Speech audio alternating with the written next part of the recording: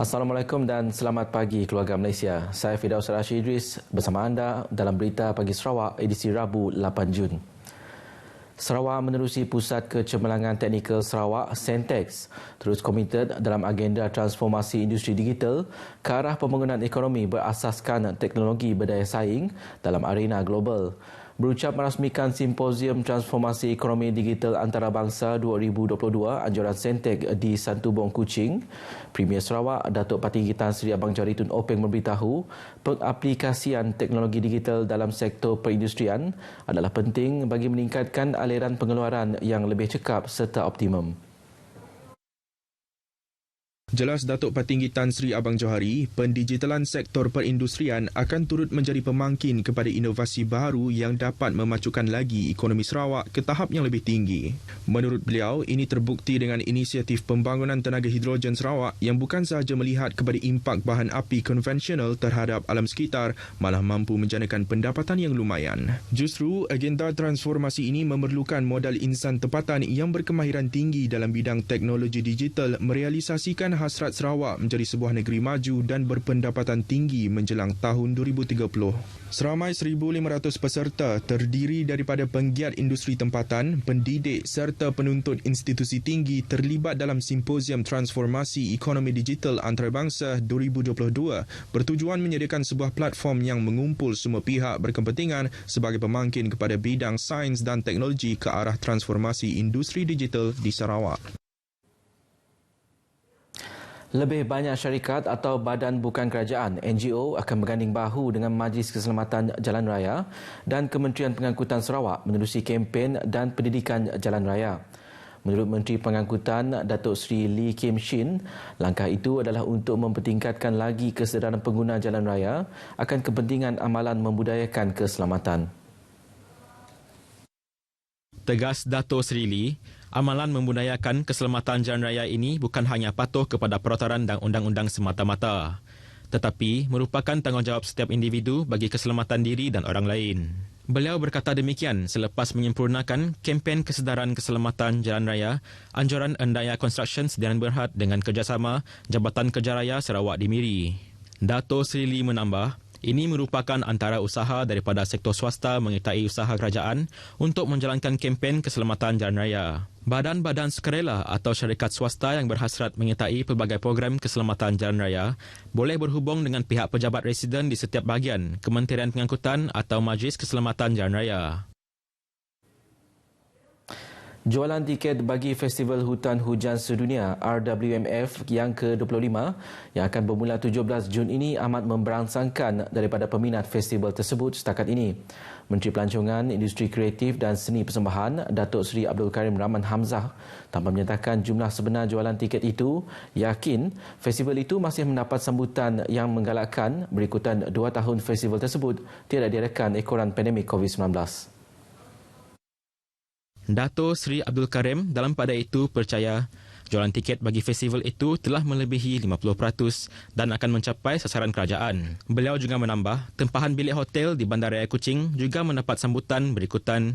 Terdapat banyak program dilaksanakan seminggu sebelum dan selepas festival tersebut berlangsung. Ia termasuk Spartan Race yang membabitkan peserta antarabangsa. Ini petanda yang baik untuk industri pelancongan, walaupun yang menginap di hotel-hotel tersebut adalah mereka yang datang daripada Sibu, daripada Miri, itu mereka juga adalah pelancong-pelancong yang datang ke bandaraya.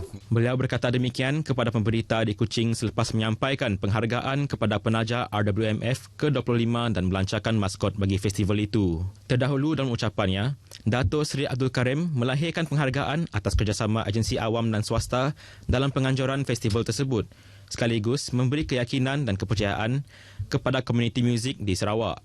Jelasnya, menerusi kolaborasi itu, penting dalam bersama membawa Sarawak ke mata dunia melalui festival ikonik Sarawak itu. Selain mempromosikan Bumi Kengalang sebagai destinasi pelancongan, sekaligus mengembangkan industri pelancongan tempatan. Dalam perkembangan sama, Lembaga Pelancongan Sarawak (STB) menyediakan pengalaman interaktif kepada pengunjung Festival Muzik Hutan Hujan Sedunia RWMF menerusi maskot Augmented Reality (AR) yang dikenali sebagai Sarah dan Wawa. Menteri Pelancongan, Industri Kreatif dan Persembahan Datuk Seri Abdul Karim Rahman Hamzah berkata, STB pastinya optimis akan membawa industri pelancongan ke tahap lebih tinggi serta menaikkan Sarawak di mata dunia. Well, I'm convinced that the latest development from STB will certainly bring the tourism industry to greater height and increase Sarawak visibility worldwide. I understand that there are more exciting augmented reality or AR and visual reality tourism initiatives in the pipeline. Datuk Seri Abdul Karim menambah rekaan maskot AR buatan Universiti Malaysia Sarawak yang menampilkan watak wanita orang ulu dan burung enggang bara itu adalah sebagai penghubung dunia digital dan fizikal. Malah katanya, pengunjung boleh merasai pengalaman secara maya bersama maskot tersebut menerusi laman sesawang STB.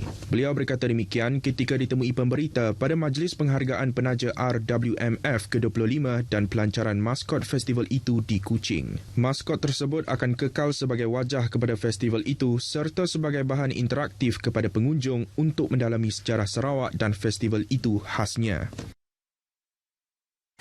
Pembangunan dan kemudahan infrastruktur rumah panjang di kawasan Jalan Bintulu Miri sejak tahun 2016.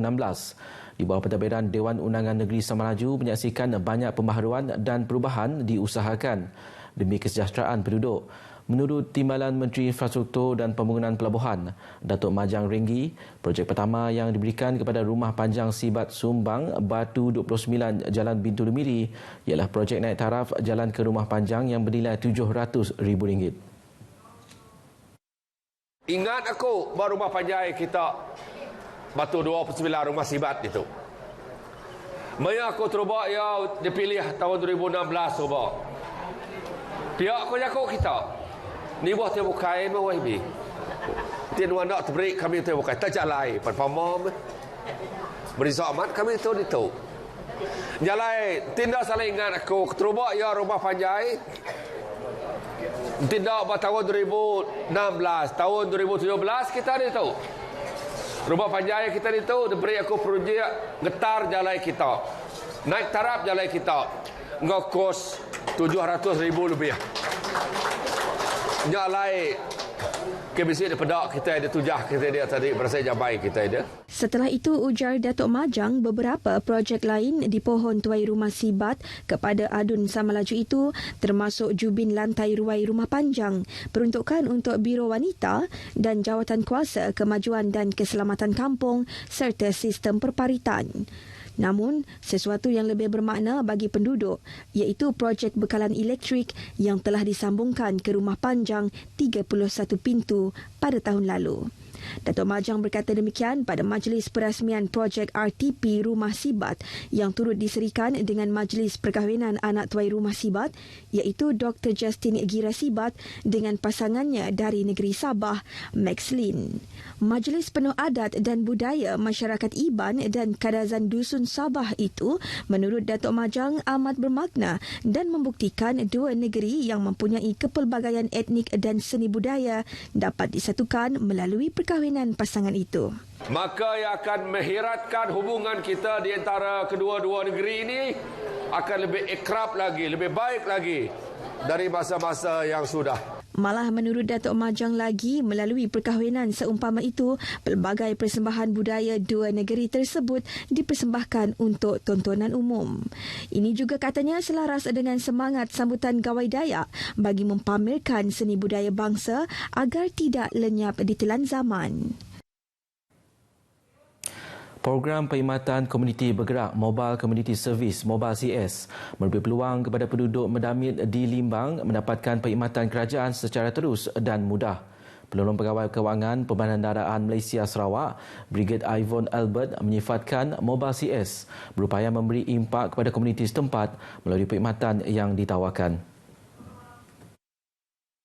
sebab kita faham bahawa kadang-kadang kawasan pedalaman ataupun lokasi-lokasi di Sarawak ini adalah jauh daripada perkhidmatan utama kerajaan dan mungkin penduduk tempatan tidak dapat berhubung seterus dengan agensi yang mereka hendak capai.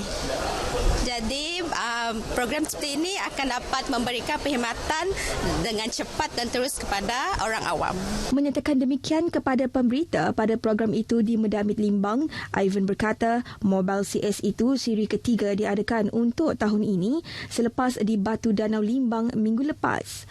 Mobile CS merupakan perkhidmatan bergerak yang menghimpunkan perkhidmatan utama mengikut keperluan tempatan serentak di lokasi terpilih, hasil usaha dan inisiatif Kementerian Kewangan yang memfokus kepada penduduk luar bandar atau komuniti pedalaman. JPJ menawarkan perkhidmatan permohonan lesen mandu Malaysia, permohonan lesen kenderaan motor iaitu Rotex, dan urusan pembayaran saman dan juga pemeriksaan kenderaan secara prima untuk motosikal yang telah tamat LKM lebih dari 3 tahun. Program sehari itu amat memberi makna kepada penduduk setempat.